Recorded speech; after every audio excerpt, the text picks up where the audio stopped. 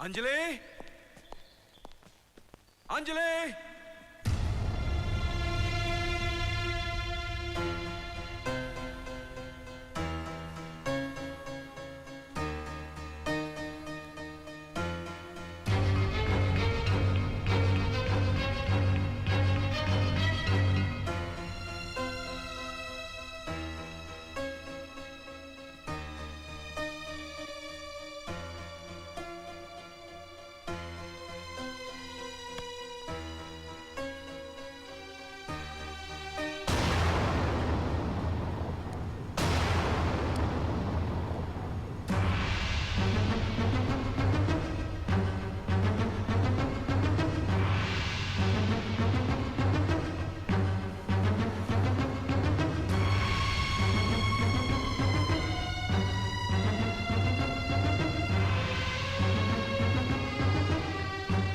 तुम यहां क्या कर रहे हो? अपनी सही जगह पर आ गया हूं मैं। यह जगह तुम्हारी नहीं है, मेरी बेटी और दामाद की जगह है ये। कहां है वो दोनों? रास्ते पे ले आया हूं मैं उन्हें, तुम्हारी बदौलत। क्या किया है तूने उनके साथ? ये मत समझना कि मैं बदतमीजी पे उतर आया हूं, लेकिन मेरे जूते के आईने में ध्यान से अपना चेहरा देखिए और याद कीजिए कि आपने मेरी सच्ची मोहब्बत क्यों ठुकराई थी। क्योंकि मेरे पैरों पे कीमती जूते नहीं थे, बल्कि गरीब की चप्पल थे इसलिए। क्योंकि मेरे बदन पर कीमती कपड़े नहीं थे इसलिए। मेरे जेब में माल नहीं था इसलिए। इससे पहले कि मैं इसी जूते से आपको लात मारकर बाहर निकाल दूं, get out from here. I said get out. Out.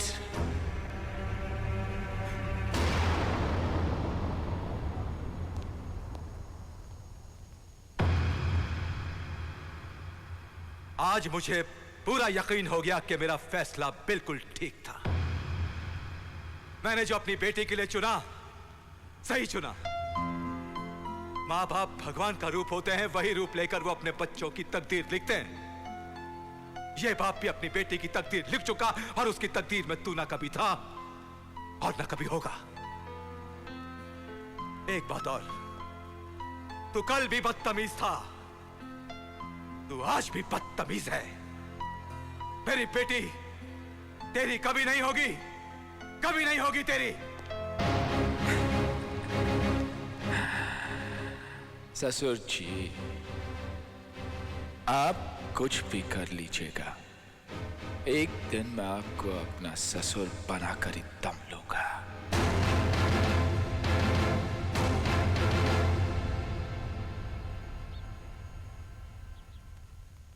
इतना कुछ हो गया और तुमने हमें बताया तक नहीं अंजलि? मैं आपको परेशान नहीं करना चाहती थी पापा। अंजलि, तुम हमारी इकलौती औलाद हो। हमारा जो कुछ भी है वो तुम्हारा और राम का ही है। हम राम के लिए सब कुछ नया बनाएंगे फिर से। इसका जिक्र भी कभी मत कीजिए उनसे। उनकी खुददारी को बहुत ठेस पहुंचेगी पापा। आप मेरी कसम खाइए, आप कभी कभी कुछ नहीं कहेंगे। क्या राम देव के बारे में जानता है? नहीं, और मैं चाहती भी नहीं कि वो कभी कुछ जाने। अगर उन्हें पता चल गया तो न जाने क्या होगा। आप यहाँ से चले जाइए पापा। मैं नहीं चाहती कि वो आपसे मिले। आपने हमें इस हाल में देखा, उन्हें अच्छा नहीं लगेगा। आप जाइए पापा प्लीज। ठीक है बेटी, अगर तुम यही चाहती हो तो हम तुम्हारी जिंदगी में कभी दखल नहीं देंगे। लेकिन एक बात हमेशा याद रखना कि इस बाप का आशीर्वाद हमेशा तेरे साथ है और माँ बाप की दुआएं कभी जाया नहीं जाती। ये बुरा वक्त है, टल जाएगा बेटी, सब ठीक हो जाएगा। चल।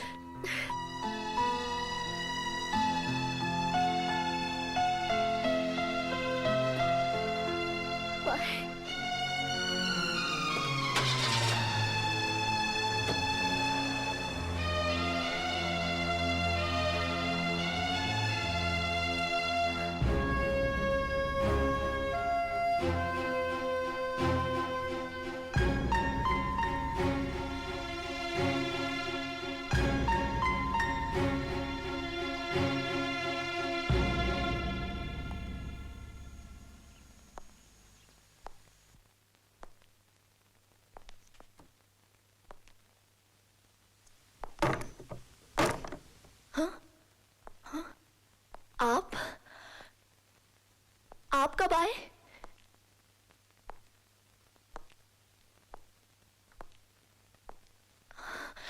आप कब आए?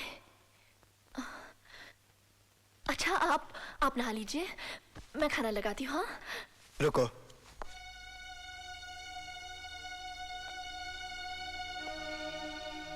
हमारे गहरे विश्वास के रिश्ते में तुमने अपने दिल में कुछ गहरे राज छुपाए हैं।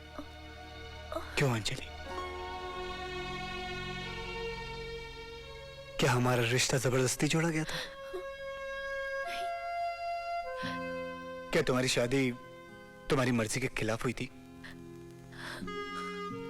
और हम पागल यही समझते रहे कि शायद तुम अपने माँ बाप से इतनी दूर हो, इसलिए शायद उदास हो, नई शादी की नई उलझनों में फंसी हुई हो। एक पल के लिए ये नहीं सोचा कि बात कुछ और हो सकती है।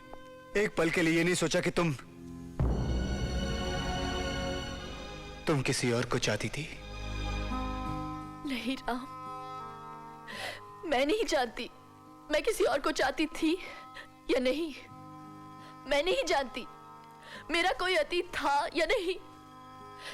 मैं सिर्फ इतना जानती हूँ कि मैं आपसे मोहब्बत करती हूँ, सिर्फ आपसे। जो गुजर गया वो मेरा कल था। मेरा विश्वास कीजिए, मैंने आपसे सारी बातें इसलिए छुपाई क्योंकि मैं डरती थी कि आप न जाने क्या सोचेंगे, आप समझेंगे नहीं। मेरा विश्वास कीजिए। अंजलि, अंजलि, अंजलि, अंजलि, अंजलि, अंजलि, अंजलि, तुम ठीक हो ना? हाँ, ठीक हो ना? तुम मां बनने वाली हो अंजलि। तुम मां बनने वाली हो।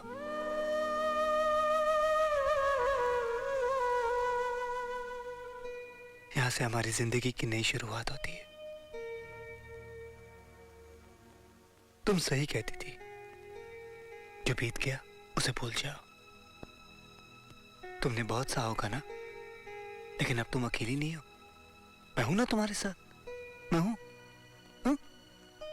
हम दोनों मिलके साथ हर मुश्किल का सामना करेंगे, है ना जान? राम बेटा, तुम अकेले नहीं हो, मैं तुम्हारे साथ हूं। माँ बाप तो अक्सर अपने बच्चों को माफ कर देते हैं बेटा, लेकिन ऐसा तो कम होता होगा ना कि एक माँ अपने बेटे से माफी मांगे। मुझे माफ कर दो राम। नहीं माँ,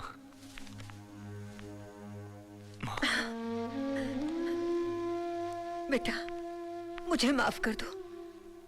हम भूल जाते हैं कि जब एक लड़की को पराये घर से अपने घर लाते हैं तो उसे डरा के धमका के नहीं, बल्कि प्यार, मोहब्बत और विश्वास के साथ अपना बनाया जा सकता है। अब मैं सब कुछ ठीक कर दूंगी और सबसे पहले इस आने वाले पोते के नाम अपना सब कुछ लिख दूंगी। राम जी माँ।